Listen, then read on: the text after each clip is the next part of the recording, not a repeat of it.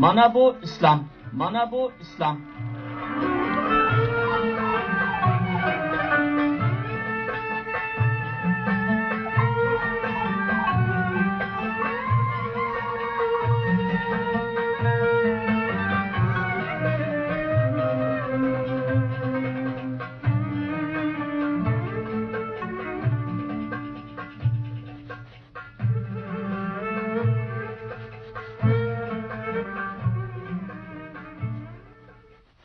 Bismillahirrahmanirrahim.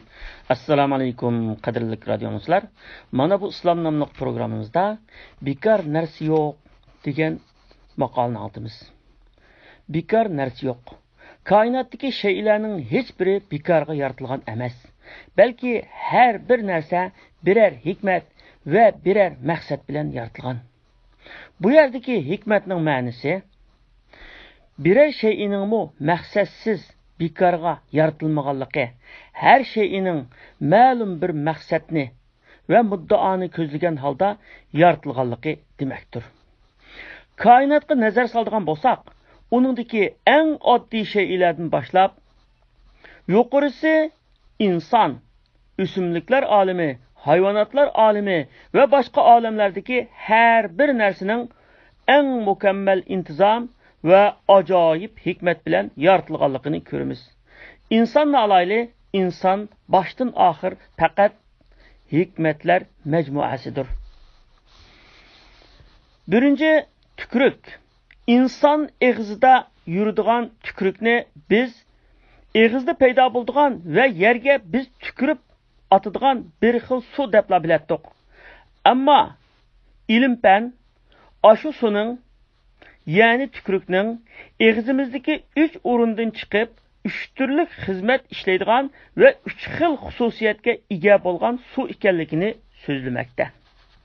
Balki buni anglashdan burun siz bilan menmi bilmaydik. Ağzımızdaki tükürükning o'taydigan 3 türlük vazifasining birinchisi tam berish, ya'ni yeganlarimizdan tam va tat ilishimiz tükürükning yordami orqasida amalga oshadi ekan. İkincisi, tükürük yemekliklerini yutishimiz uchun alohida xizmat qiladi ekan. Tükürük sayesinde biz har qanday qattiq yemekliklerini o'ng'ayla yuta olamiz. Üçüncüsü, tükürük yemekliklerimizni chaynag'imizda uni yumshatib berish rolini o'ynaydi. Normalda her bir odamning og'zida kuniga 1 litr bilen 1,5 litr arasında tükürük yığılıdı. Bundan başka ağız kündülük onunla taşqırıdan kirdiğen minlarca mikroplarını fakat tükürük sayesinde öldürüp turduğun organ iken. Çünkü tükürük terkibide sulfosiya nurun deb atıldığan mikroplarını öldürüş xususiyetiga ega modda bar ekan. Tükürük bo'lmaydigan bo'lsa, biz yegan narsalardan hech qanday tam ololmaydiganligimiz aniq. Yana tükürük tarkibida fosfor moddasi bo'lib, u tishlarning parlaqligini saqlash va uni kuchlantirish xususiyatiga ega ekan. Tükürük tarkibida yana folor moddasi bo'lganligi uchun u tishlarning chirib ketishining oldini oladi ekan.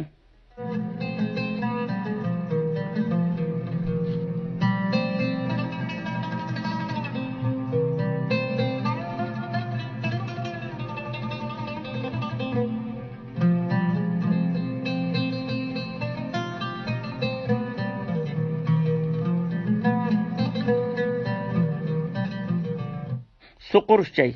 Materializmchilar so'qur uchayni dastlabki maymunning qoldiqi va hech bir ahamiyati bo'lmagan bir ortiq organ deb ta'riflagan edi. So'qur uchay qalin uchay bilan inchki uchayning orasidagi bir a'zo ekan. Zamonimizdagi fan texnikaning soyasida bu organning bekorga yaratilmaganligi va uning o'ziga loyiq roli bor ekanligi bayqalgan. Burun biyologiya olimlari so'qur uchaylarini elayotgan kishilarning hech bir salbiy ta'sir ko'rmagan holda bejirim umr o'tkazayotganligini ko'rib, so'qur uchay bo'lmasimi bo'ladi deb faraz qilishgan. keyingi yillarda so'qir uchaylarini elayotganlarning ko'pinchisining qalin uchay rakiga uchirganligi ko'rinishga boshlagan.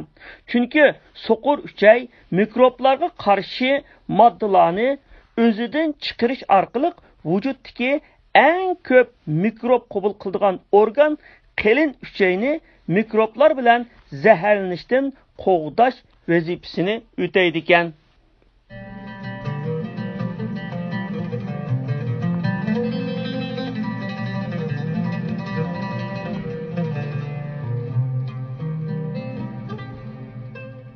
Og'riq. Hech bir og'riq his qilmasak nima degan yaxshi bo'ladi.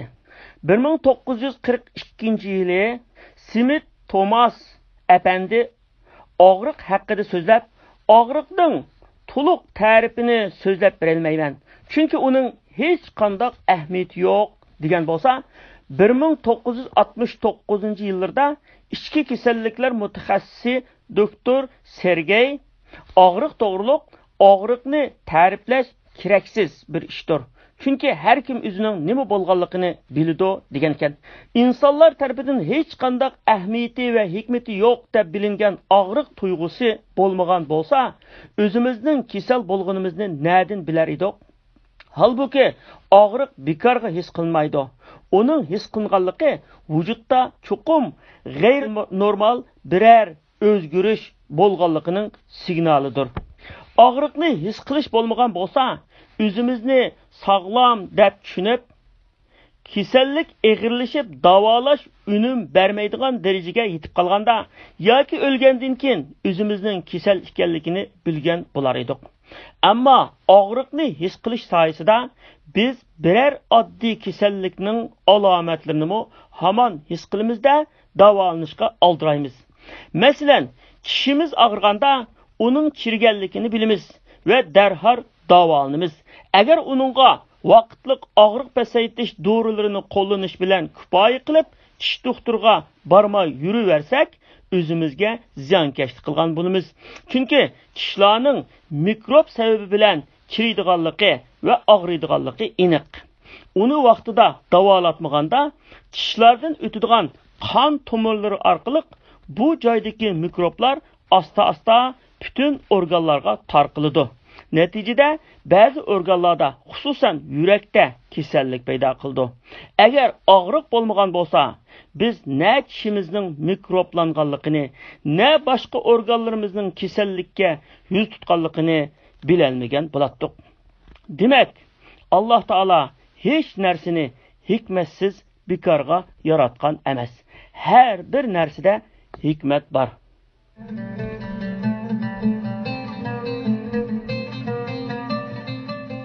Qadrli radio dinləyicilər, sizlər yuqorida mana bu İslam namlı proqramımızda anladınlar. Yeni bir görüşküçe aman bulunlar. Vesselamu aleykum ve rahmetullahi ve berekatuhu.